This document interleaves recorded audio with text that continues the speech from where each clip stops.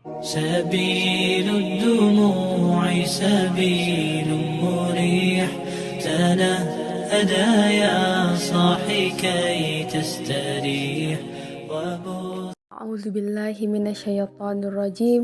بسم الله الرحمن الرحيم.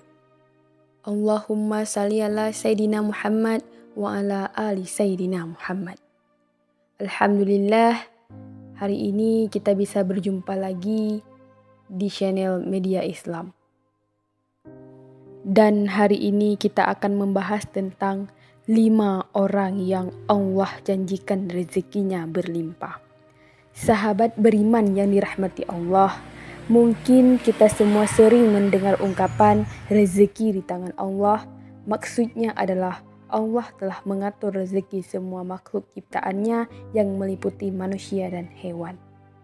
Namun, tak dapat dipungkiri bahwa kita masih kerap khawatir saat memikirkan satu perkara ini, yaitu rezeki. Terlebih saat kita merasakan hidup semakin hari semakin sulit, kebutuhan semakin meningkat, namun penghasilan justru malah makin sedikit, ditambah beban hutang yang menghimpit diri kita. Sebelum kita makin memikirkan hal itu, ada baiknya kita memahami dulu hakikat rezeki dari Allah Subhanahu wa Ta'ala. Dengan begitu, kita akan lebih kuat dan tangguh jalani hidup ini yang tak akan pernah terlepas dari berbagai cobaan. Sahabat beriman yang dirahmati Allah, berikut ada 5 orang yang telah dijamin rezeki berlimpah oleh Allah Subhanahu wa Ta'ala. Yang pertama, orang yang bersyukur. Janganlah kita menyangka bahwa bersyukur itu hanya sekadar pujian dan berterima kasih kepada Allah Subhanahu wa Ta'ala. Ketahuilah bahwa bersyukur itu pun menuai pahala, bahkan juga membuka pintu rezeki di dunia. Dalam Quran surah Ali Imran ayat 145, Allah Subhanahu wa Ta'ala berfirman, "Dan sungguh orang-orang yang bersyukur akan kami beri ganjaran." Yang kedua, orang yang gemar bersedekah. Sedekah merupakan amal soleh yang diperintahkan oleh Allah Subhanahu wa Ta'ala, di mana orang bersedekah akan dibalas dengan balasan yang tak ternilai di sisi Allah Subhanahu wa Ta'ala. Kadangkala balasan itu sama dengan atau melebihi sedekah yang kita berikan kepada orang lain. Dalam Quran surah Al-Hadid ayat 18, Allah Subhanahu wa Ta'ala berfirman,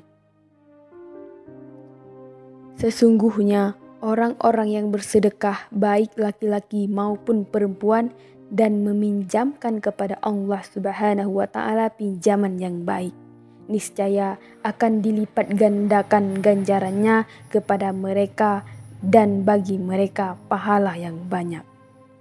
Yang ketiga, orang yang gemar bersolawat.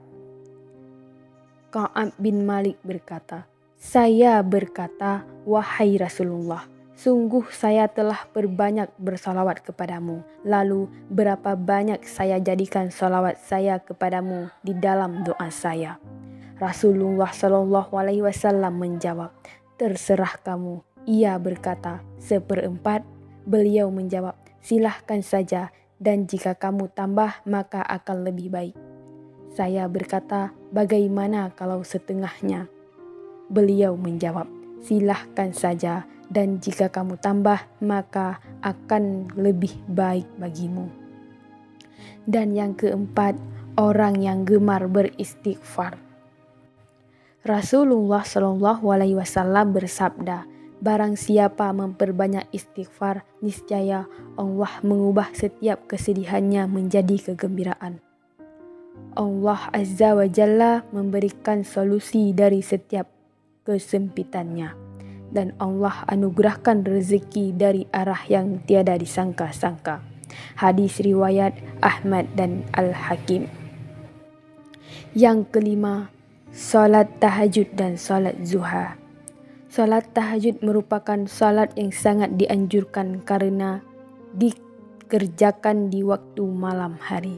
Rasulullah SAW kerap melakukan salat malam ini yang menyimpan banyak anugerah.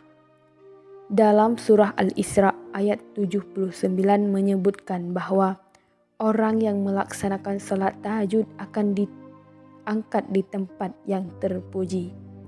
Kemudian salat zuha selalu diidentikan dengan pembuka rezeki. Pengerjaan salat ini memang di saat orang-orang sibuk bekerja. Agar rezeki dimudahkan Allah Subhanahu wa taala, sudah sepantasnya kita istiqomah untuk melaksanakan salat zuha. Sahabat beriman yang dirahmati Allah, itulah 5 orang yang Allah janjikan rezeki yang berlimpah. Semoga kita semua termasuk di dalamnya. Amin ya rabbal alamin. Rezeki sudah diatur oleh Allah Subhanahu wa taala, jangan takut tertukar karena sudah ditakar. Ingin rezeki berlimpah, maka dekatilah Allah Subhanahu wa taala. Sekian ilmu singkat dari saya, semoga bermanfaat untuk kita semua. Wassalamualaikum warahmatullahi wabarakatuh.